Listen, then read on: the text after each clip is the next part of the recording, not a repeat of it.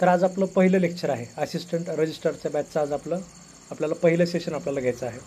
जसं लेक्चरला मी टायटल पण दिलेलं आहे. आज आपल्याला बऱ्याच गोष्टींची माहिती घ्यायची आहे.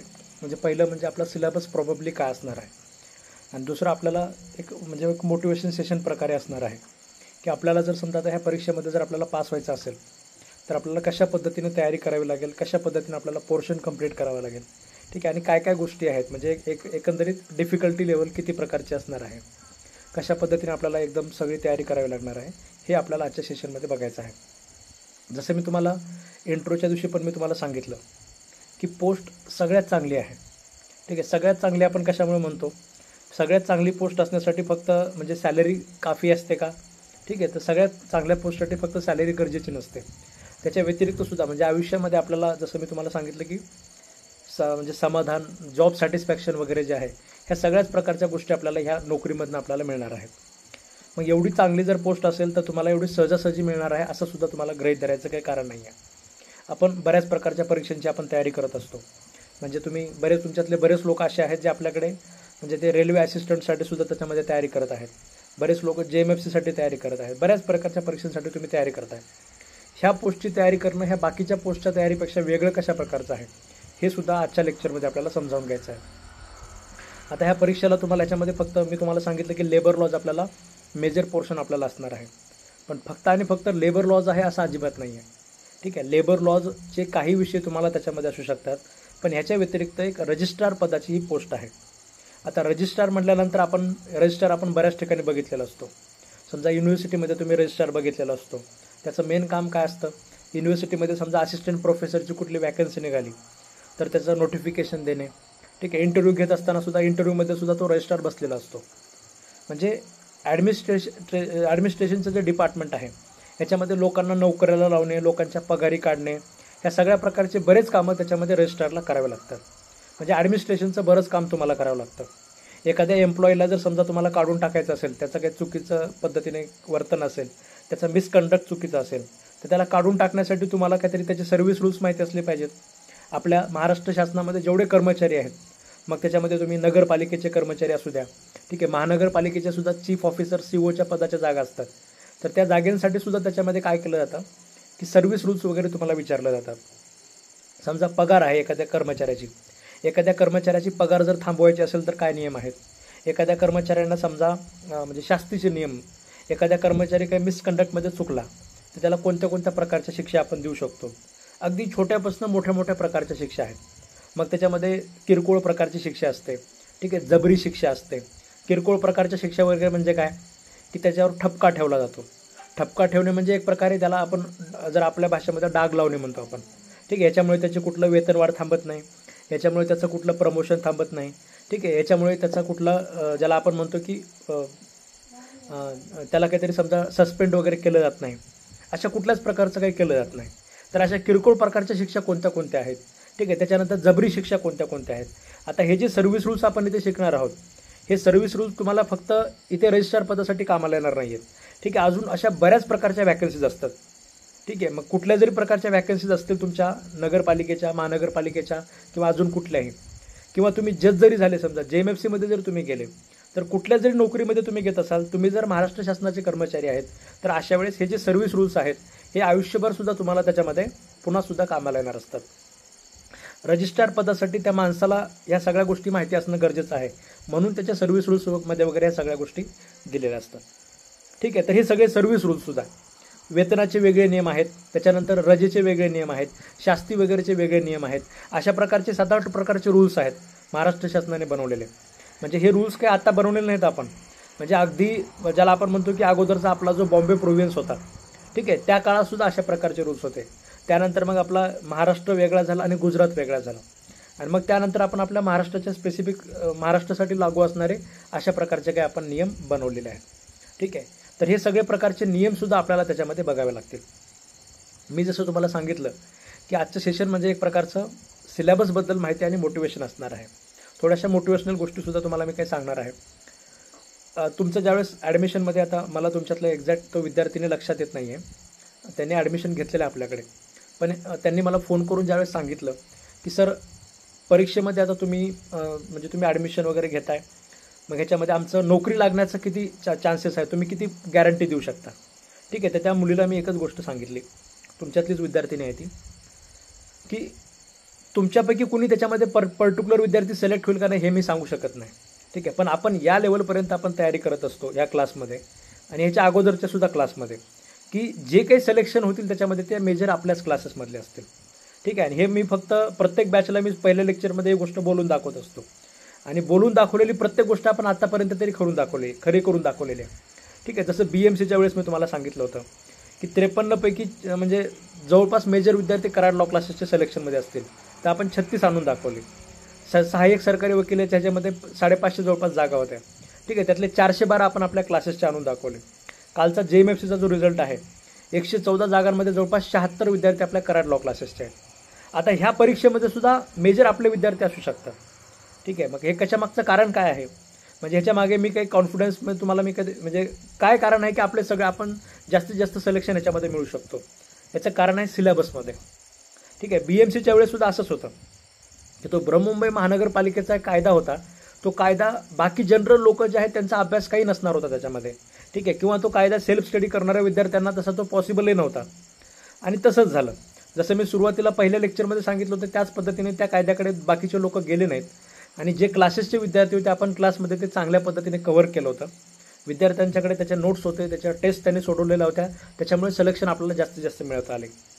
ठीक आहे. APPच्या वेळेस सुद्धा समजा आर्म्स ॲक्ट असू द्या, बॉम्बे पोलीस ॲक्ट असू द्या, प्रोहिबिशन ॲक्ट असू द्या, म्हणजे दारूबंदीचा वगैरे कायदा असू द्या, अशा प्रकारचे काही कायदे होते जे कायदे जनरल लोकांच्या वाचनामध्ये वगैरे नसतात, रेग्युलर आपण त्याचा अभ्यास वगैरे करत नाही आणि त्याच्यामुळे आपल्याला सिलेक्शन त्याच्यामध्ये मिळवता आले. ठीक आहे. वाईल्ड लाईफ प्रोटेक्शनसारखे कायदे असू द्या. इथे सुद्धा तसंच आहे. इथे जे सर्व्हिस रूल्स आहेत, ठीक आहे, वेतनाचे नियम असू द्या, रजेचे नियम असू द्या, ठीक आहे, म्हणजे असे पगारीचे नियम असू द्या, ह्या सगळ्या प्रकारचे जे नियम आहेत हे कोणताही विद्यार्थी त्याच्यामध्ये या सिलेबसकडे अजिबात जाणार नाही आहे किंवा जाऊन सुद्धा त्याच्यामध्ये सेल्फ स्टडी करणाऱ्यांना हे सगळे रूल्स वगैरे वाचणं, ठीक आहे, रजिस्ट्रारच्या पदासाठीच्या तसे शक्य होणार नाही आहेत. ठीक आहे. लेबर लॉ सुद्धा जर आपण बघितला तर आता बऱ्यापैकी लोकांचा त्याच्यामध्ये विसर पडलेला आहे. ठीक आहे. बरेच लोक ह्या गोष्टींना निगेटिव्ह पद्धतीने पाहतात.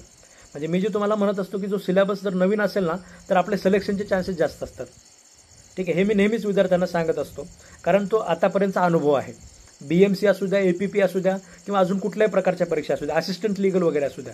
ठीक आहे. त्याच्यामध्ये सुद्धा हायकोर्टाचे रूल्स वगैरे जे आहेत ते बाकी विद्यार्थ्यांना त्याच्यामध्ये वाचणं शक्य नव्हतं, जे आपण आपल्या क्लासेसमध्ये करून घेतलं आणि त्याच्यामध्ये आपले सिलेक्शन्स आपल्याला मिळवता आले. ठीक आहे. तर तेच प्रकार आपल्याला या परीक्षेच्या बाबतीत सुद्धा होणार आहे. आता ह्या परीक्षेला बरेच लोक फॉर्म भरतील. ठीक आहे. पण आपल्या क्लासेसमधले जे विद्यार्थी आहेत, ठीक आहे, आपल्या क्लासेसमध्ये जे विद्यार्थी आहेत त्याच विद्यार्थ्यांचे सिलेक्शन त्याच्यामध्ये आपल्याला जास्तीत जास्त मिळवता येण्याचं मागचं कारण मी तुम्हाला सांगतोय की हे जे सगळे सर्व्हिस रूल्स आहेत, ठीक आहे, तुम्ही नवीन सिलेबस आपल्याला जास्त दिसतोय, हे सगळे कायदे मी कधी बघितलेले नाही आहेत, ह्या कायद्यांची भीती अजिबात बाळगायची नाही. ठीक आहे. अशी प्रार्थना करायची की जास्तीत जास्त नवीन कायदे असायला पाहिजेत. ठीक आहे. जास्तीत जास्त जे गोष्टी कधी रेग्युलर कुणाच्या वाचनामध्ये नाही आहेत, ठीक आहे, जे रेग्युलर प्रॅक्टिसमध्ये नाही आहेत, समजा सिव्हिल प्रोसिजर कोड असू द्या, लिमिटेशन ॲक्ट असू द्या, ठीक आहे, राईट टू इन्फॉर्मेशन ॲक्ट असू द्या, हे सगळे कायदे कसे आपल्या थोड्याशा नजरेमध्ये पडणारे वगैरे असतात. ठीक आहे. ह्या सगळ्या कायद्यांच्या व्यतिरिक्त जेवढा जास्तीत जास्त सिलेबस असेल, ठीक आहे, तेवढे जास्तीत जास्त चान्सेस आपल्या क्लासेसचे विद्यार्थ्यांचे सिलेक्शनमध्ये येण्याचे असतात. ठीक आहे. त्याच्यामुळे अजिबात या सिलेबसची, नवीन सिलेबसची भीती अजिबात मनात बाळगायची नाही. ठीक आहे. जी नवीन पोस्ट असते याचा अजून एक फायदा असा असतो, आता तुमच्यातले बरेच लोक असे असतात जे नवीनच कॉम्पिटेटिव्ह एक्झामिनेशनच्या तयारीमध्ये आलेले आहेत. आता फ्रेशर लोकांचं सिलेक्शन होतात का JMFC सारख्या एक्झामला तर होतात, असं नाही की तिकडे तुम्हाला सिलेक्शन वगैरे होत नाहीत. पण म्हणजे जे लोक जास्तीत जास्त दिवस अगोदरपासून प्रिपरेशनमध्ये आहेत, काही विद्यार्थी JMFCच्या परीक्षेला असं शक्य असतं की तो मागच्या 4 वर्ष झालं तयारी करतोय, त्याचा सिव्हिल प्रोसिजर कोड एकदम महत्त्वाच्या रूल्ससहित पाठ आहे. ठीक आहे. महत्त्वाचं समजा म्हणजे BNSS असू द्या, CRPC असू द्या, ठीक आहे, IPC असू द्या, महत्त्वाचे सेक्शन त्याला पाठ आहेत, महत्त्वाचं हे सगळं त्याला पाठ आहे. जजमेंट रायटिंग त्याने ऑलरेडी 4 वेळेस तयारी केलेली आहे, आता तो फक्त प्रॅक्टिसच करतोय. अशा प्रकारची चांगली तयारी असणारे जे लोक आहेत हे लोक त्याच्यामध्ये असू शकतात. ठीक आहे. मग त्या लोकांसोबत कॉम्पिटिशन करणं नवीन विद्यार्थ्यांना थोडंसं त्याच्यामध्ये कठीण जाऊ शकतं. पण ही एक परीक्षा अशा प्रकारची आहे जी पहिल्यांदाच त्याच्यामध्ये घेतली जाते. आता परीक्षा जर पहिल्यांदा होत असेल तर याचा सिलेबस अजून आतापर्यंत डिक्लेअर कुठेच केलेला नाही आहे. ठीक आहे. सिलेबसला त्याच्यामध्ये अजून नवीन प्रकारचे सुद्धा कायदे असणार आहेत. महाराष्ट्रामध्ये तुम्ही एक जनरल एक क्राऊडचा जो तुम्ही विचार केला, ठीक आहे, आता हे 114 जागांसाठी जवळपास 9,000 विद्यार्थी होते.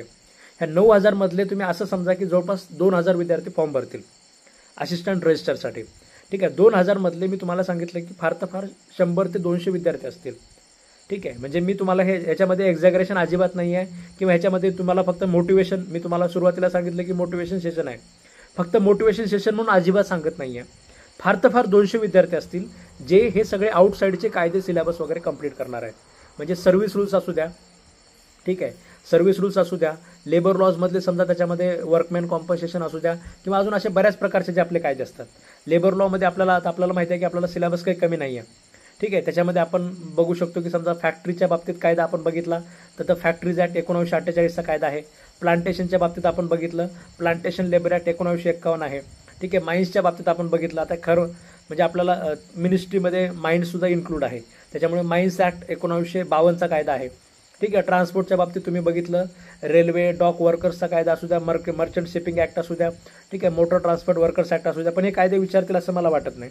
ठीक आहे, त्याच्यामुळे हे ट्रान्सपोर्टचे काही कायदे बघायची गरज नाही. ठीक आहे, शॉप्सच्या बाबतीत shop and commercial establishment act असू द्या, तोही विचारतील असं वाटत नाही. पण हे वर्ष जे मी तुम्हाला सांगितलं, माइन्स ॲक्ट तुम्हाला विचारू शकतात, फॅक्टरीज ॲक्ट तुम्हाला विचारू शकतात. ठीक आहे, सेफ्टीच्या बाबतीत आपल्याकडे अजून बरेच कायदे आहेत. ठीक आहे, लाईमस्टोनच्या बाबतीत असू द्या, mica mines labour welfare fund असू द्या. ठीक आहे, अशा प्रकारचे बरेच कायदे आहेत, पण हेही विचारतील असं वाटत नाही. त्याच्यानंतर वेलफेअरच्या बाबतीत तुम्हाला आयर्न ओर माइन्स, ठीक आहे, मॅग्नीज ओर माइन्स अशा प्रकारचा कायदा आहे. ठीक आहे, बीडी वर्कर्स वेलफेअर फंड ॲक्ट आहे, बीडी वर्कर्स वेलफेअर सेस ॲक्ट आहे. अशा प्रकारचे सुद्धा बरेच कायदे सेफ्टीच्या बाबतीत सुद्धा आहेत, पण हे सुद्धा परीक्षेला विचारतील याचे काही चान्सेस त्याच्यामध्ये वाटत नाहीत. त्याच्यानंतर वेजेसच्या बाबतीतचे कायदे आहेत, हे मात्र तुम्हाला परीक्षेला विचारू शकतात.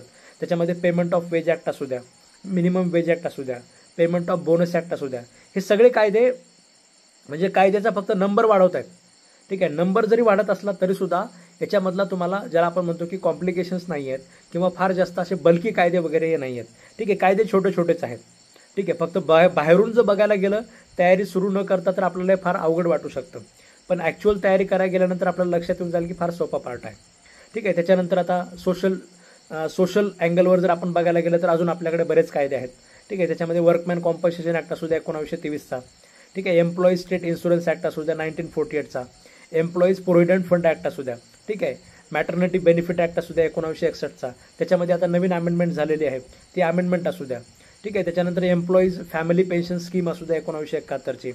ठीक आहे, इंडस्ट्रीयलच्या ह्याच्यामध्ये आपल्याला सगळ्यात महत्त्वाचा आपला ट्रेड युनियन ॲक्ट असू द्या 1926चा. ह्याच्यामध्ये आता नवीन लेबर कोड बिलामध्ये फार प्रचंड बदल केलेले आहेत त्यांनी.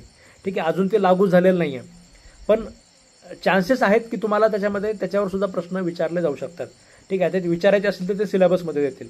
ठीक आहे, नवीन जे 4 लेबर कोड बिल आपण बनवलेले आहेत, आता ह्याच्यावर आपल्याला प्रश्न येणार आहेत का नाही येणार आहेत आपल्याला या मोमेंटला आपल्याला माहिती नाही आहे. ठीक आहे, पण असं होऊ शकतं की आपल्याला ते सुद्धा जे कायदे आहेत, ते सुद्धा जे लेबर कोड बिल आहेत, ते सुद्धा आपल्या सिलेबसमध्ये इन्क्लूड केले जाऊ शकतात. म्हणजे आपल्याला आपल्या मनाची तयारी ठेवायची आहे, आपल्याला त्याच्याबद्दल एक आयडिया ठेवायची आहे. जिथे कुठे मी तुम्हाला ट्रेड युनियनबद्दल शिकवेल तिथे तुम्हाला थोडंसं त्याच्यामधले जे काही चेंजेस वगैरे नवीन झालेले आहेत कंपॅरेटिव्ह पद्धतीने मी तुम्हाला तिथल्या तिथे ते सांगत राहील, म्हणजे आपल्याला त्याची सुद्धा एक प्रकारची आयडिया राहील. आणि सिलेबसमध्ये त्यांनी दिल्यानंतर आपल्याला पुन्हा पण वेळ असतोच. ठीक आहे, तर त्या वेळेमध्ये आपण ते नवीन कोड जे आहेत जर समजा त्यांनी सिलेबसला टाकलेच तर ते सुद्धा आपण त्याच्यामध्ये कव्हर करणार आहोत. त्याच्यानंतर बाकी मिसलेनियसमध्ये अजून बरेच कायदे राहिलेले, त्याच्यामध्ये चाइल्ड लेबरचा कायदा असू द्या. ठीक आहे, 1986चा आपला, त्याच्यामध्ये सुद्धा आता फार जास्त बदल केलेले आहेत. म्हणजे अगोदर जे होतं ते पूर्ण वेगळं होतं, आता आपण खूप साऱ्या इंडस्ट्रीज ज्या आहेत त्याच्यातनं आपण काढून टाकलेले आहेत. चाइल्ड लेबर एक प्रकारे आपण संपवण्याचंच त्याच्यामध्ये काम केलेलं आहे. ठीक आहे, चाइल्ड लेबरच्या बाबतीत आपण प्रोहिबिशन आणि रेग्युलेशन आपण सांगतो, म्हणजे पूर्णपणे आपण प्रोहिबिट करत नाही. पूर्णपणे प्रोहिबिट केलं तर काय होतं की ज्या लोकांची सोशल परिस्थिती तशा प्रकारची नाही आहे ते सगळे लोक त्याच्यामध्ये म्हणजे सगळ्यांचीच परिस्थिती सारखी नसते. काही लोकांच्या घरी मुलाबाळांना काम केल्याशिवाय त्याच्यामध्ये म्हणजे जगणंच शक्य नाही आहे, तर अशा वेळेस सुट्टीच्या दिवशी वगैरे ते लोक घरच्या फॅमिली बिझनेसेसमध्ये वगैरे काम करू शकतात. अशा प्रकारचे काही चेंजेस वगैरे आपल्याला बघायला मिळतात. ठीक आहे, त्याच्यानंतर कॉन्ट्रॅक्ट लेबर ॲक्ट असू द्या. ठीक आहे, त्याच्यानंतर एम्प्लॉईज एक्सचेंजेस त्याच्यामध्ये असू द्या. ठीक आहे, त्याच्यानंतर इक्वल रेम्युनरेशन ॲक्ट असू द्या, contract labour regulation and abolition act असू द्या. ठीक आहे, त्याच्यानंतर इमिग्रेशन ॲक्ट असू द्या. अशा प्रकारचे सुद्धा बरेच कायदे आहेत. ठीक आहे, यातला प्रत्येक कायदा विचारण्यासारखा एका परीक्षेला तर अजिबात नाही. ठीक आहे, यातले काही महत्त्वाचे कायदे जे आहेत असं आपण एक लिस्ट जर त्याच्यामध्ये काढली तर फार तर फार त्याच्यामध्ये एक 12 ते 14 कायदे निघतील लेबर स्पेसिफिक असे जे महत्त्वाचे आहेत. ठीक आहे, तर त्या लेबर स्पेसिफिक 12 ते 14 कायद्यांवर तुम्हाला त्याच्यामध्ये आपल्या ह्या परीक्षेला प्रश्न असू शकतात. मुळात जे ट्रेंड जो आहे म्हणजे आतापर्यंत रजिस्ट्रारच्या परीक्षांचा ट्रेंड जो आहे, तुम्ही भारतभर ज्या रजिस्ट्रारच्या परीक्षा असतात तुम्ही त्याचा जर ट्रेंड बघितला तर त्याच्यामध्ये काय काय असतं आपल्याला, की पहिलं तर ते काय देऊ शकतात तुम्हाला, थोडंसं करंट अफेअर्स वगैरे काही ठिकाणी देऊ शकतात. सेंट्रल गव्हर्नमेंटच्या जर स्पेसिफिक एक्झाम असतील तर त्याच्यामध्ये करंट अफेअर्स वगैरे सुद्धा ते देऊ शकतात. त्याच्यानंतर थोडंसं इंग्लिशबद्दल सुद्धा तुम्हाला काही प्रश्न देऊ शकतात. ठीक आहे. त्याच्यानंतर तुम्हाला थोडंसं आता मराठीच्या बाबतीत समजा आपल्या इकडं मराठी व्याकरण वगैरे सुद्धा असं सुद्धा त्याच्यामध्ये परीक्षेला आपल्याला थोडंफार असू शकतं. ठीक आहे. म्हणजे मनाची तयारी आपण सगळ्याच प्रकारची ठेवायची आणि एक गोष्ट डोक्यात ठेवायची की तुम्हाला जे मराठी व्याकरण विचारलं जाईल, आता म्हणजे असं डोक्यात अजिबात आणू नका की मराठी व्याकरण येणारच नाही, इंग्रजी व्याकरण समजा असू शकतच नाही. ठीक आहे. त्याच्यानंतर जे मी तुम्हाला रूल्स सांगितले हे रूल्स वगैरे असं काही नवीन असणार नाही, फक्त आणि फक्त लेबर लॉज वगैरेच असणार आहे. ठीक आहे. अशा प्रकारचं डोक्यात ठेवून ऐनवेळी त्याच्यामध्ये पश्चाताप करून घेण्यामध्ये काही अर्थ नसतो. ठीक आहे. मी जसं तुम्हाला सांगितलं की तुमच्यापैकी पर्टिक्युलर व्यक्ती सिलेक्शन एखाद्याचं होईल का ही गॅरंटी मी तुम्हाला अजिबात देत नाही. ठीक आहे. पण आतापर्यंत जेवढ्या काही आपल्या बॅचेस आपण घेतलेल्या आहेत त्या प्रत्येक बॅचला एक गॅरंटी मात्र मी नेहमीच देत असतो की जेवढ्या जागा आहेत त्याच्यातले तुमचे 70-80% विद्यार्थी आपल्या क्लासेसचे असणार. ठीक आहे. आतापर्यंत तरी आपण तो रेशो मेंटेन ठेवलेला आहे. तुम्हाला जर तुमचं नाव त्याच्यामध्ये आणायचं असेल तर आपल्या मनाची सगळ्या अँगलने तयारी करून ठेवायची. ठीक आहे. डोक्यामध्ये भीती वगैरे कुठल्याच प्रकारची ठेवायची नाही. मनामध्ये असं अजिबात आणू नका की जर मराठी व्याकरण आलं तर माझा काहीच संबंध नाही. ठीक आहे. मराठी व्याकरणचा तुझा एकट्याचा संबंध नाही असं नाही आहे. ठीक आहे. मराठी व्याकरणचा लॉमध्ये तयारी करणारे जे लोक आहेत, ठीक आहे, जे JMFCची तयारी करणारे हे जे 9,000 लोक आहेत, या 9,000पेक्षा तर मोठं कॉम्पिटिशन तुमचं शक्यच नाही आहे. ठीक आहे. एकदम कुणीतरी व्यक्ती आता असिस्टंट रजिस्ट्रारची जागा आल्या, ठीक आहे, त्याच्यानंतर मी एकदमच कॉम्पिटिशनमध्ये येतो, माझं मराठी व्याकरण फार पक्का आहे असं म्हणून कुणीही तुमच्यामध्ये येणार नाही आहे. ठीक आहे. मराठी व्याकरणची तयारी करणारे जे विद्यार्थी असणार आहेत हे सगळे तुमच्यासोबतचेच असणार आहेत.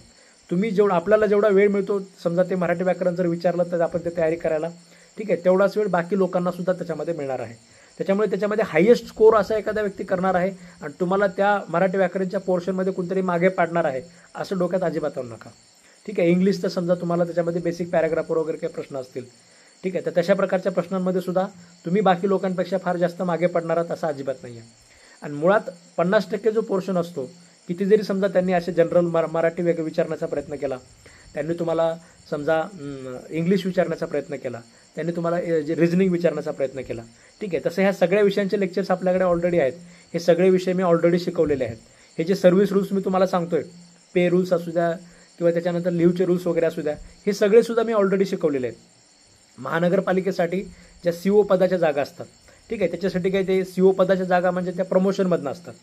ठीक आहे. हे सगळे जे कॅन्डिडेट असतात महानगरपालिकेमध्ये ऑलरेडी क्लर्क किंवा अशा कुठल्या तरी पदावर असतात आणि त्याच्यामध्ये चीफ ऑफिसरसाठी ते लोक परीक्षा घेत असतात. जे लोक प्रमोशनसाठी इलिजिबल होतात त्यांच्यासाठी ती परीक्षा असते. तर त्या सर्व्हिसेससाठी मी ऑलरेडी हे सगळेचे सगळे रूल्स शिकवलेले आहेत. ठीक आहे. म्हणजे त्यांनी समजा आपल्याला ते शिकवायचं जरी त्याच्यामध्ये आलं तर आपण म्हणजे त्याच्यात फार अवघड आहे असं अजिबात नाही आहे.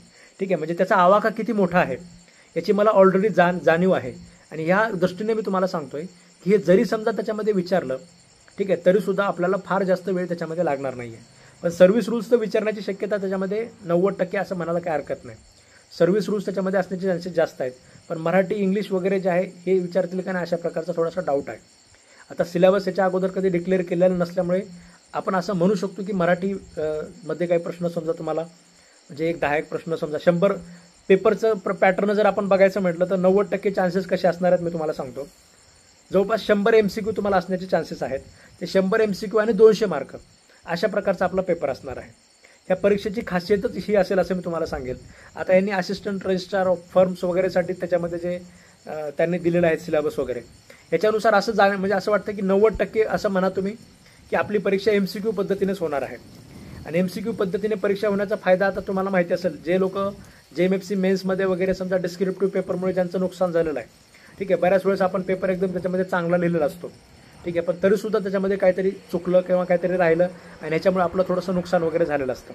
तर अशा सगळ्या लोकांसाठी सुद्धा ठीक आहे ही परीक्षा 90% चान्सेस आहेत की 100 MCQ 200 मार्काला तुम्हाला पेपर असेल आणि अशा प्रकारच्या कायद्यांवर वगैरे आपल्याला प्रश्न असणार आहेत. म्हणजे जेवढा तुमचा अभ्यास असणार आहे, ठीक आहे, जेवढं तुमचं त्याच्यामध्ये नॉलेज असणार आहे त्या नॉलेजच्या बेसिसवर तुम्हाला त्याच्यामध्ये म्हणजे यश तुम्हाला त्याच्यामध्ये मिळणार आहे.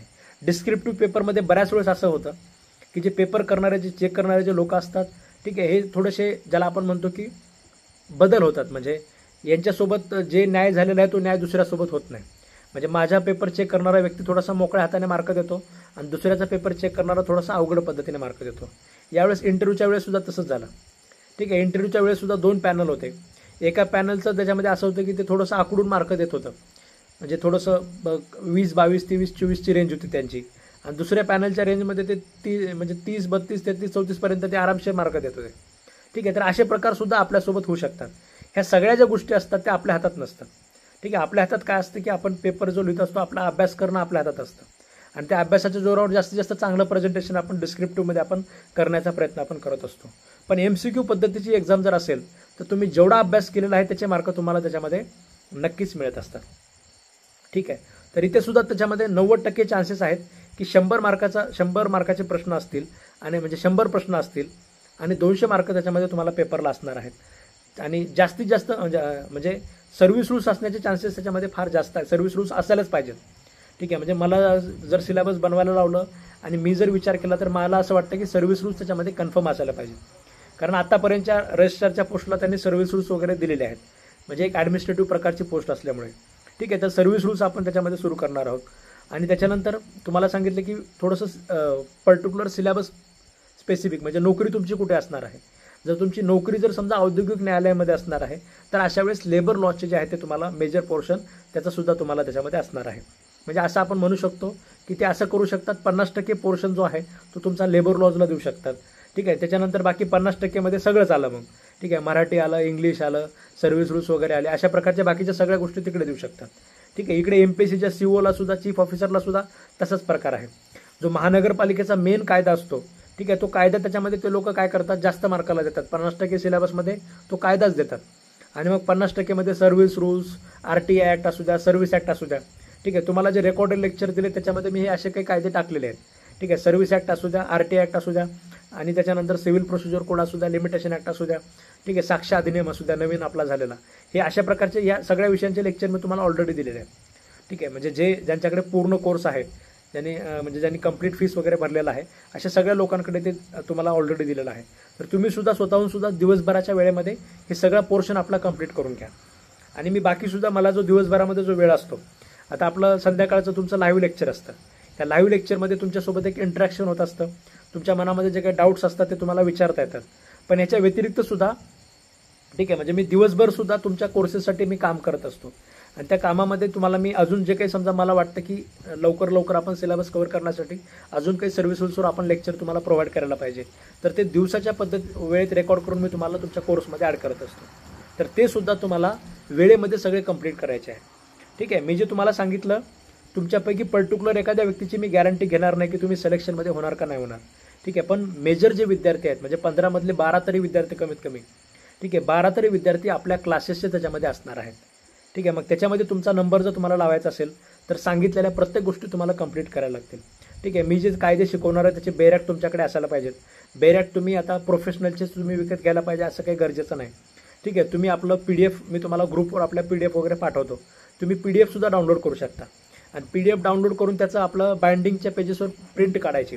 त्याचा फायदा काय होतो की लेक्चर चालू असताना तुम्हाला साईडला सुद्धा बऱ्याच गोष्टी लिहिता येतात.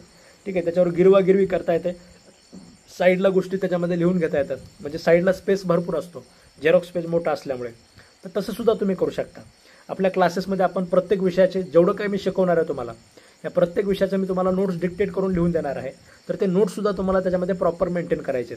ठीक आहे, जे लोक लिहित नाही त्यांच्यासाठी शेवटी आपण त्याचे PDF सुद्धा त्याच्यामध्ये ॲड करत असतो. तर ते PDF तरी तुम्ही त्याच्यामध्ये ॲटलिस्ट वाचले पाहिजेत. ठीक आहे, एक गोष्ट लक्षात घ्या, कॉम्पिटेटिव्ह एक्झामिनेशन म्हणलं की आता हे कॉम्पिटिशन आहे. कॉम्पिटिशन फार मोठं नाही आहे. मी जसं तुम्हाला सांगितलं फार तर फार 200 विद्यार्थी असतील जे एवढ्या सगळ्या प्रकारचा हा सगळा सिलेबस कव्हर करतील. बाकीचे सगळे लोक तुमच्या कॉम्पिटिशनचा पार्टच नाही आहेत. ठीक आहे, 1000 फॉर्म येऊ द्या, 2000 फॉर्म येऊ द्या, 2500 फॉर्म येऊ द्या. ठीक आहे, ह्याच्या पलीकडे तर जाणं कठीण आहे. ठीक आहे, JMFC सारख्या परीक्षेला एवढी जी पॉप्युलर परीक्षा आहे ह्या परीक्षेला 9000 फॉर्म येतात, तर तुमच्या परीक्षेला 2000-2500च्या पुढे जाणं थोडंसं कठीणच आहे. पण समजा किती जरी फॉर्म आले तरी सुद्धा 200 ते 250 लोक पकडा जे तुमचा मेजर तुमचं कॉम्पिटिशन आहे. याच्या पलीकडे तुमचं कॉम्पिटिशन नाही आहे. ठीक आहे, हे बाकीचे जे लोक फॉर्म भरणार आहेत हे फक्त चाळणी परीक्षा घ्यायचं निश्चित करण्यासाठी यांचे फॉर्म आहेत असं समजा.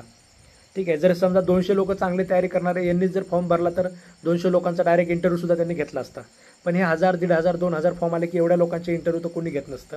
त्याच्यामुळे चाळणी परीक्षा आपली होणार आहे आणि यांच्यासाठीच हे बाकी लोकांचे फॉर्म आहेत असं समजा. हे सगळे लोक कॉम्पिटिशनचा पार्ट आहेत नाही आहेत असं समजा. ठीक आहे, आणि ह्या परीक्षेच्या पाठीमागे तुम्ही जोरदार पद्धतीनं लागायचं. ठीक आहे, सिरियसनेस पद्धतीने आपला ठेवून अभ्यास करायचा.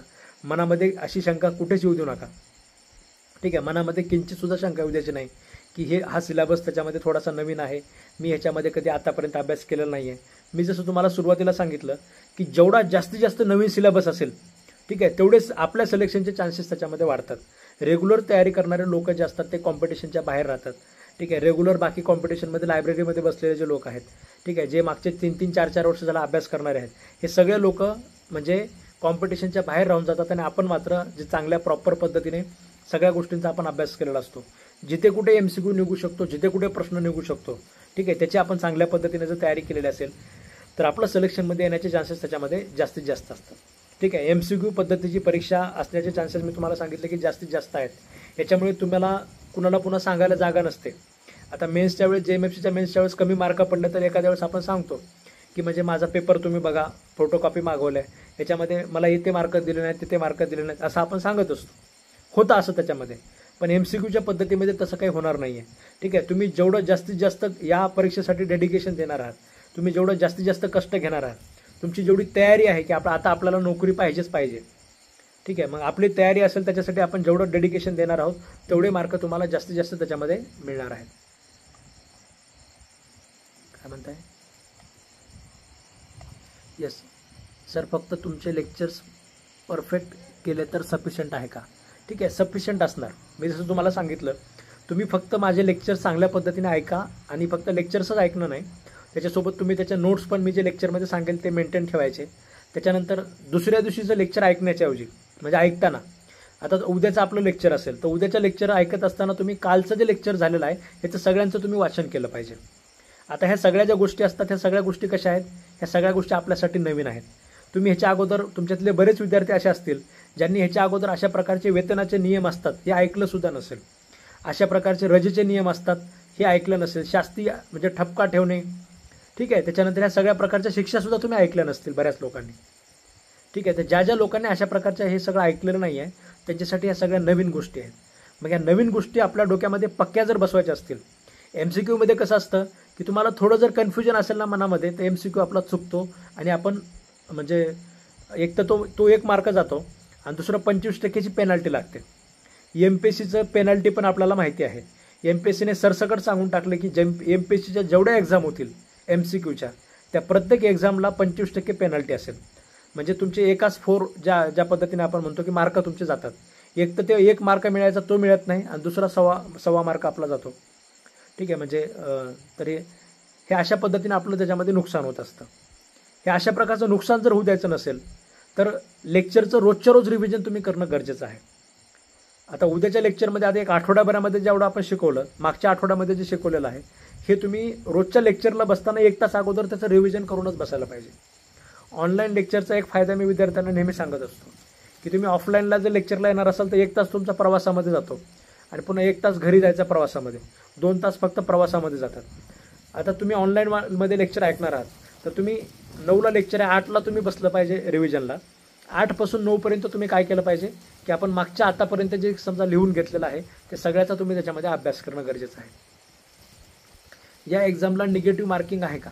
मी तुम्हाला आत्ताच सांगितलं की MPSCच्या सगळ्याच परीक्षांना निगेटिव्ह मार्किंग आहे. 25% निगेटिव्ह मार्किंग तुम्हाला असणारच आहे.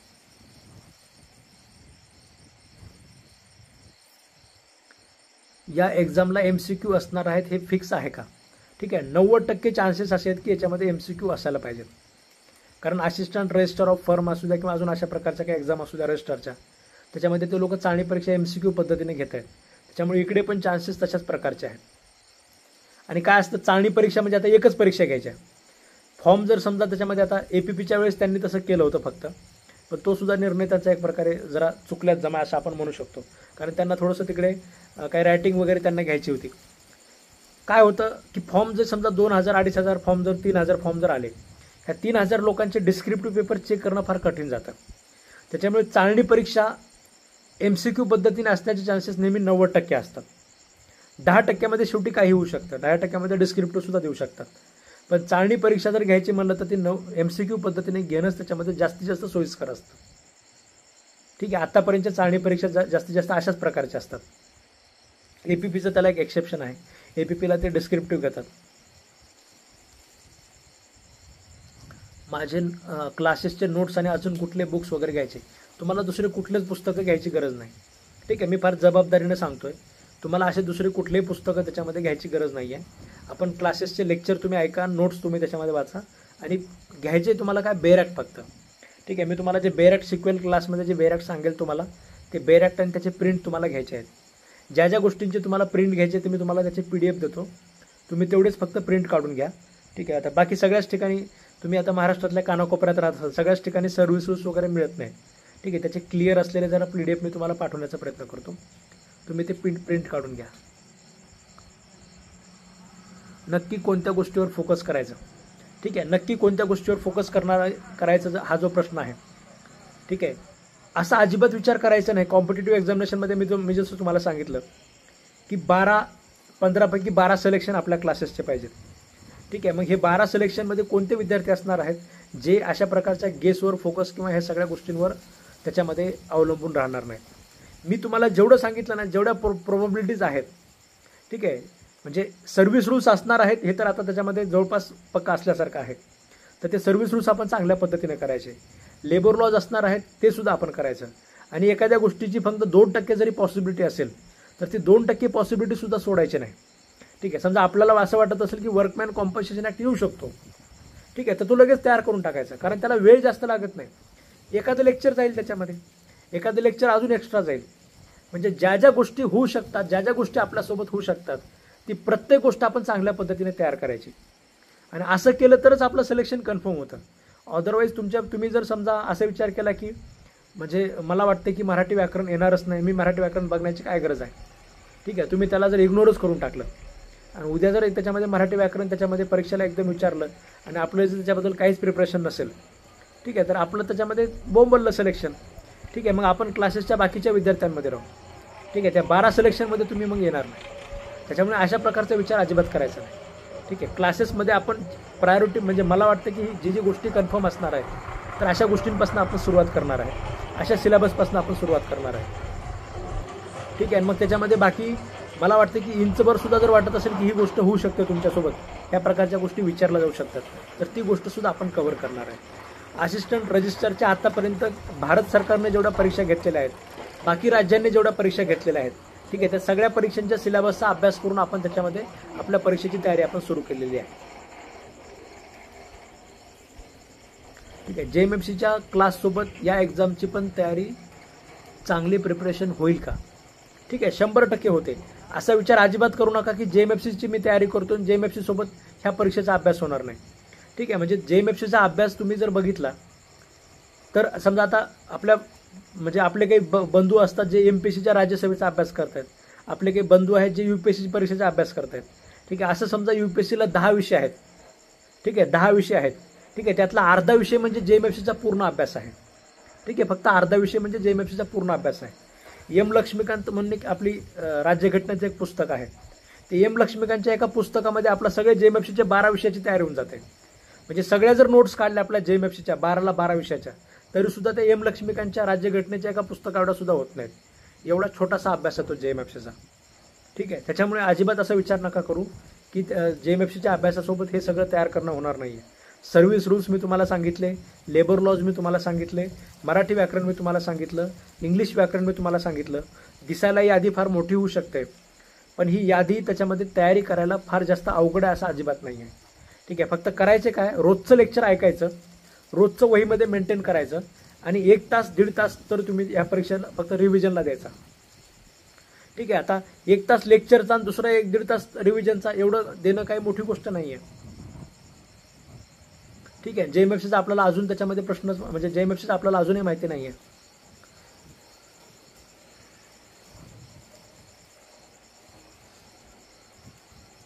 ठीक आहे, यस, काय म्हणताय? CPC ट्रान्सफर ऑफ प्रॉपर्टी कॉन्स्टिट्यूशनचा अभ्यास किती करायचा? ठीक आहे, सिव्हिल प्रोसिजर कोड एक कायदा आहे, आता येऊ शकतो तुम्हाला परीक्षेला. अशा प्रकारच्या परीक्षेला CPC राहतोच. ठीक आहे, कॉन्स्टिट्यूशनचे सुद्धा चान्सेस आहेत. कॉन्स्टिट्यूशनही आपण त्याच्यामध्ये बघणार आहे. ठीक आहे, कॉन्स्टिट्यूशन आपण लाईव्ह लेक्चरमध्ये सुद्धा बघणार आहे. ठीक आहे, सिव्हिल प्रोसिजर कोड मी तुम्हाला डायरेक्ट देऊन टाकला रेकॉर्डरमध्ये. कॉन्स्टिट्यूशन आपण लाईव्हमध्ये बघणार आहे. ठीक आहे, कॉन्स्टिट्यूशनचे सगळ्याच परीक्षेला चान्स असतात लॉला. याची पोस्टिंग महाराष्ट्रामध्ये कुठेही देऊ शकतात. ठीक आहे, कुठल्याही जिल्ह्यामध्ये, सगळ्या जिल्ह्याच्या ठिकाणी औद्योगिक न्यायालय असतात, त्याच्यामुळे जिल्ह्याच्या ठिकाणी कुठेही पोस्टिंग असू शकते. अजून काही प्रश्न असतील तर तुम्ही इथे विचारू शकता.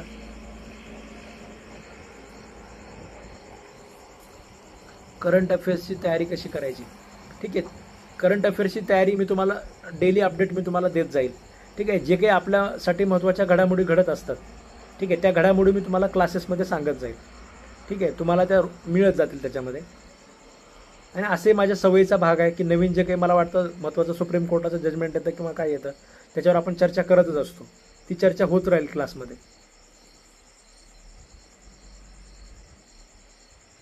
ठीक आहे, सिलेबस मिळाल्यानंतर आपल्याला पूर्ण वेळ या परीक्षेचा अभ्यास आपल्याला करावा लागतो. ठीक आहे, सगळं आपलं पोर्शन कंप्लीट होईपर्यंत. पण सिलेबस मिळेपर्यंत मी सांगेल त्या पद्धतीने एक एक कायदे, एक एक रूल्स तुम्ही त्याच्यामध्ये आपल्याला कंप्लीट करायचे. एकदम सिलेबस मिळाल्यावर म्हणजे अभ्यास करणं शक्य आहे का? तर नाही आहे. ठीक आहे, आपल्याला अगोदरच त्याची तयारी करावी लागते.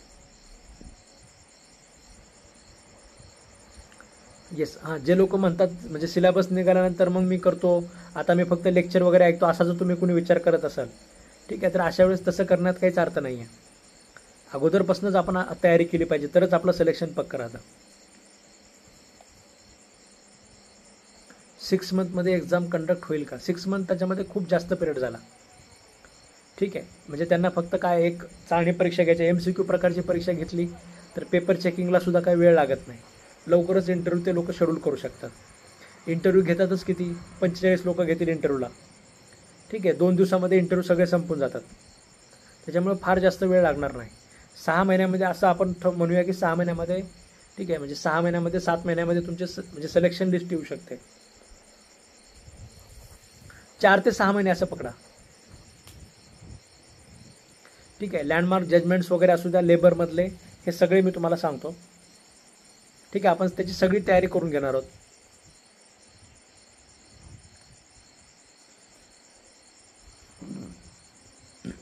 सिलेबस कधी रिलीज करतील? ठीक आहे, आता तुमची फॉर्म भरायची तारीख 10 एप्रिल आहे. 10 एप्रिल नंतर त्याच्यामध्ये सिलेबस तुमचा एखाद्या महिन्यामध्ये वगैरे येऊ शकतो. फ्रेशरनी कसा करायचा अभ्यास, ज्यांची कुठलीच परीक्षा दिली नाही आहे? ठीक आहे, फ्रेशर लोकांसाठी ही सुवर्ण संधी असं समजायचं. ठीक आहे, फ्रेशर लोकांना म्हणजे सगळे लोक आता तुमच्या बरोबरच आहेत असं अजिबात समजू नका की कुणाचा तरी या परीक्षेचा फार जास्त अभ्यास आहे. तुम्ही पण फ्रेशर आहात, बाकीचे सगळे लोकसुद्धा ह्या परीक्षेसाठी फ्रेशरच आहेत. ठीक आहे, त्याच्यामुळे सगळेजण आपण एका लेवलला आहोत.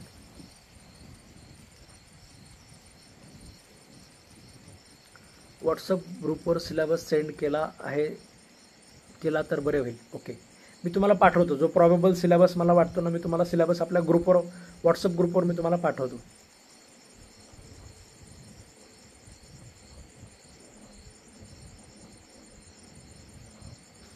येस, अजून काही प्रश्न आहेत का कोणाचे?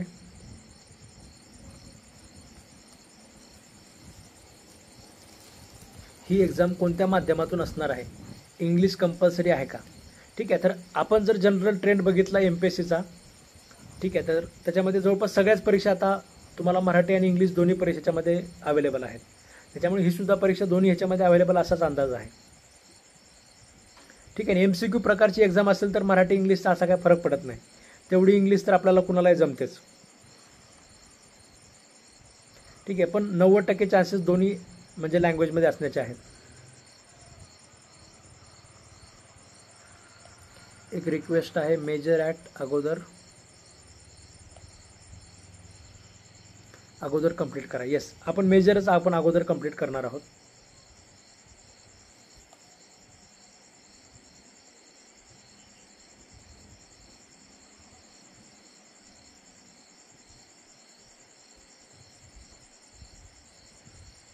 ओके,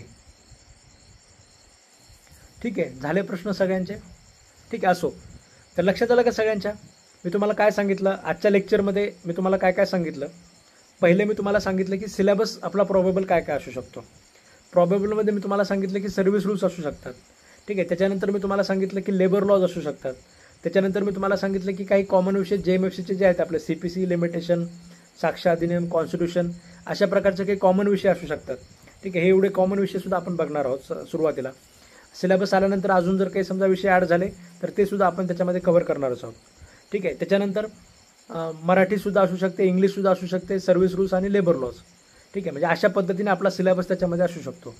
50% पोर्शनमध्ये लेबर लॉज देऊ शकतात तुम्हाला आणि 50% बाकीचे सगळे विषय त्याच्यामध्ये असू शकतात. ठीक आहे. म्हणजे असं काही कॅटेगरायझेशन ते लोक करू शकतात किंवा कॅटेगरायझेशन जरी नाही केलं तरी सुद्धा जास्त पोर्शन जो आहे तो इकडच्या कायद्यांवर आपला त्याच्यामध्ये असू शकतो. ठीक आहे. जसं तुम्हाला सांगितलं की एक वही तुम्हाला आता करायची आहे. 2 वह्या वगैरे असे काही करायचे करत नाही. मोठं रजिस्टर करा 200 पेजेसचं. 200 पेजेसचं आपलं बाइंडिंगचं एक मोठं रजिस्टर तुम्ही विकत घ्या. उद्यापासून जे काही आपण लेक्चर बघणार आहोत त्या प्रत्येक लेक्चरमध्ये म्हणजे जे काही समजा कोडिफाईड गोष्टी आहेत त्या सगळ्या आपण त्याच्यामध्ये बघणार.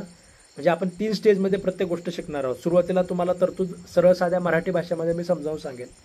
ज्या लोकांना मराठीत तयार करायचे त्यांनी ते मराठीत लिहून घेत जा त्यावेळेसच. ठीक आहे. त्याच्यानंतर आपण त्याचं बेरॅक्टमध्ये काय तरतुदी आहेत ते आपण बघून घेणार. ठीक आहे. बेरॅक्टची लँग्वेज आपण थोडं समजून घेण्याचा प्रयत्न करणार आणि तिसऱ्या स्टेजला आपण त्याच्यामध्ये ते सरळ साध्या भाषेमध्ये आपल्या वहीमध्ये उतरवून घेणार. अशी प्रत्येक गोष्ट 3दा आपल्या म्हणजे नजरेखालनं आपल्या त्याच्यामध्ये गेली पाहिजे. ठीक आहे. नजरेखालनं जाईल, हातामधनं लिहून घेतल्यानंतर ते हाताखालनं सुद्धा जाईल. असं झालं तर आपलं ते एकदम कॉन्क्रीट झाल्यासारखं होतं. मग दुसऱ्या दिवशी लेक्चरला आपण परत त्याच्या पुढचा पार्ट बघणार. तर ते पुढचा पार्ट बघण्याच्या अगोदर तुम्हाला मागचं जे लिहून घेतलेलं आहे ते तुम्हाला व्यवस्थित त्याच्यामध्ये रोजच्या रोज वाचून घ्यायचं आहे. ठीक आहे. ही एक आपल्या क्लासेसची पद्धत आहे. ह्या पद्धतीप्रमाणे जर तुम्ही त्याच्यामध्ये सगळेचे सगळे तुमचे विषय कव्हर केले त्याच्यानंतर थोडंसं एखादा कायदा कंप्लीट झाला की आपण त्याच्यावर तुमच्या टेस्ट घेणार. ठीक आहे. त्या टेस्टमध्ये तुम्हाला MCQ सोडून बघायचं आहे. तुम्हाला बघायचं की आपला स्कोअर काय येतोय, आपल्याला कुठपर्यंत आपलं त्याच्यामध्ये होल्ड या कायद्यावर आपला तयार झालेला आहे. ठीक आहे. मग हे सगळं झाल्यानंतर तुम्हाला जर वाटत असेल की आपलं स्कोअर कमी आहे तर तुम्ही त्याचं परत रिव्हिजन करा. अजून त्या गोष्टी बघा नेमके कुठले कशा प्रकारचे आपले MCQ चुकत आहेत, महत्त्वाचे सेक्शन नंबर चुकत आहेत, महत्त्वाचं समजा बॉडीजमधले काही कमिटीज वगैरे समजा लक्षात राहत नाही ते चुकतं आहे किंवा पनिशमेंट लक्षात राहत नाही आहेत किंवा अजून जे काही समजा चुकतं आहे ते चुकतं आहे. तर त्याचा तुम्हाला प्रॉपर मग अभ्यास करायचा. आपलं ॲप्लिकेशन जे असतं ते स्वतःच तुमचे MCQ वगैरे चेक करतं. मग त्याच्यामध्ये तुम्हाला लक्षात येतं की हे सगळे अशा प्रकारचे आपले MCQ चुकत आहेत, कन्सेप्च्युअल क्लॅरिटीवाले चुकत आहेत. त्याच्यासाठी काय करायचं, माझ्यासोबत सजेशन घ्यायचं. असं स्वतःमध्ये इम्प्रूव्हमेंट जर तुम्ही करत राहिले ठीक आहे तर अशा वेळेस आपलं त्याच्यामध्ये सिलेक्शनचे चान्सेस आपले वाढतात. ठीक आहे. जे लोक खास करून फ्रेशर्स आहेत ज्यांना ह्याच्या अगोदर कुठल्याही परीक्षेचा अनुभव नाही आहे. ठीक आहे. असा विचार अजिबात नका करू की हा अटेम्प्ट देवाला देतो म्हणून. ठीक आहे. बऱ्याच वेळेस आपलं कसं होतं की पहिला अटेम्प्ट देवाला म्हणजे करायचं म्हणून करायचं, तसा प्रकार अजिबात करायचा नाही. ठीक आहे. ह्याच्यातसुद्धा जेवढ्या चुका होतात त्या परीक्षेच्या अगोदरच इम्प्रूव्ह करून घ्यायच्या. परीक्षेत जाऊन चुका करायच्या आणि मग त्याच्यानंतर हा एवढा देवाला गेला म्हणण्यामध्ये काही अर्थ नाही आहे. ठीक आहे. अगोदरपासूनच प्रत्येक गोष्टीची आपल्या स्वतःच्या इम्प्रूव्हमेंट करायच्या. जी प्रत्येक गोष्ट करणं गरजेचं आहे ते अगोदरच त्याच्यामध्ये कव्हर करून घ्यायचे. असतं बऱ्याच लोकांचं. ठीक आहे. आपल्या हातातनं म्हणजे सुटून जातो मग देवाला म्हणून सांगायचं. ठीक आहे. देव काय करणार अटेम्प्टचं तुमच्या पेपर दोन्ही लँग्वेजमध्ये असतील काय, मराठी आणि इंग्लिश. येस, मी सांगितलं तुम्हाला की 90% चान्सेस आहेत की दोन्ही लँग्वेजमध्ये तुमचा पेपर असू शकतो. ठीक आहे. पण 10% असो. आता काही लोकांना वाटेल की JMFCचा पेपर आपला फक्त इंग्लिशमध्ये असतो. ठीक आहे. आपला पेपर जे हायकोर्ट जस्टिस काढतात ते तेवढे तसे कष्ट घेत नाहीत. ठीक आहे. त्याच्यामुळे ते फक्त इंग्लिशमध्येच तुमचा प्रिलिमचा पेपर असतो. बाकी आपला मेन्सचा पेपर आपण JMFचा सुद्धा आपण मराठीमध्ये देऊ शकतो. APP सरकारी वकिलाची एक परीक्षा होती आपली APPची, ती त्यांनी फक्त इंग्रजीमध्ये घेतली. पण शेवटी त्याच्यावर सुद्धा कोर्टामध्ये केस गेली की महाराष्ट्रामध्ये तुम्ही MPSC पेपर घेते आणि तुम्ही कसं काय इंग्लिशमध्ये घेताय, मराठीमध्ये का घेत नाही. तर तिथे सुद्धा त्यांना मान्य करावं लागलं की आम्ही हा जो पेपर आहे इथून पुढे जो आम्ही घेणार, आता यावेळेस आमचं सगळं तयारी झालेलं आहे त्याच्यामुळे हा पेपर आमचा इंग्लिशमध्येच राहील. पण इथून पुढच्या सरकारी वकिलाच्या ज्या परीक्षा असतील त्या आम्ही मराठीमध्ये घेणार. ठीक आहे. सगळ्या युनिव्हर्सिटीचे पेपरसुद्धा आता मराठीमध्ये झालेले आहेत. त्याच्यामुळे चान्सेस आहेत की 90% मराठी इंग्लिश दोन्ही ऑप्शन तुम्हाला मिळतील. पण विश्वास ठेवा, क्लासेस आपला जसं जसं पुढे जाईल तसं तसं तुम्हाला इंग्लिशची भीती अजिबात वाटणार नाही. कारण कसं असतं, हे एक ट्रान्सलेशन प्रकारे होणार आहे. तुमची इंग्रजीसुद्धा आपल्या क्लासेससोबत मजबूत होईल. याच्यामागचं कारण काय, आपण बेरॅक्ट समजून घेणार, त्याच्यानंतर आपण इंग्लिशमध्ये ते नोट्स वगैरे आपण लिहून घेणार आणि तेच आपण मराठीमध्ये समजून घेणार. प्रत्येक शब्दाचं ट्रान्सलेशन झाल्यासारखं होतं. तुमची व्होकॅब्लरीसुद्धा वाढून जाते त्याच्यामध्ये. ही जी प्रोसेस आहे मी तुम्हाला 3 स्टेजेस सांगितल्या. सुरुवातीला मराठीत सरळ साध्या भाषेत समजून घेणे, बेरॅक्टची लँग्वेज समजून घेणे आणि पुन्हा तो सिम्पल इंग्लिश लँग्वेजमध्ये लिहून घेणे. ही जी प्रोसेस आहे या प्रोसेसमध्ये तुम्हाला इंग्लिशसुद्धा अवघड वाटणार नाही. ठीक आहे. तो सुद्धा फायदा तुम्हाला होईल. इंटरव्ह्यूची जी लँग्वेज असते, इंटरव्ह्यूची लँग्वेजमध्ये तुम्हाला सगळेच ऑप्शन मिळतात.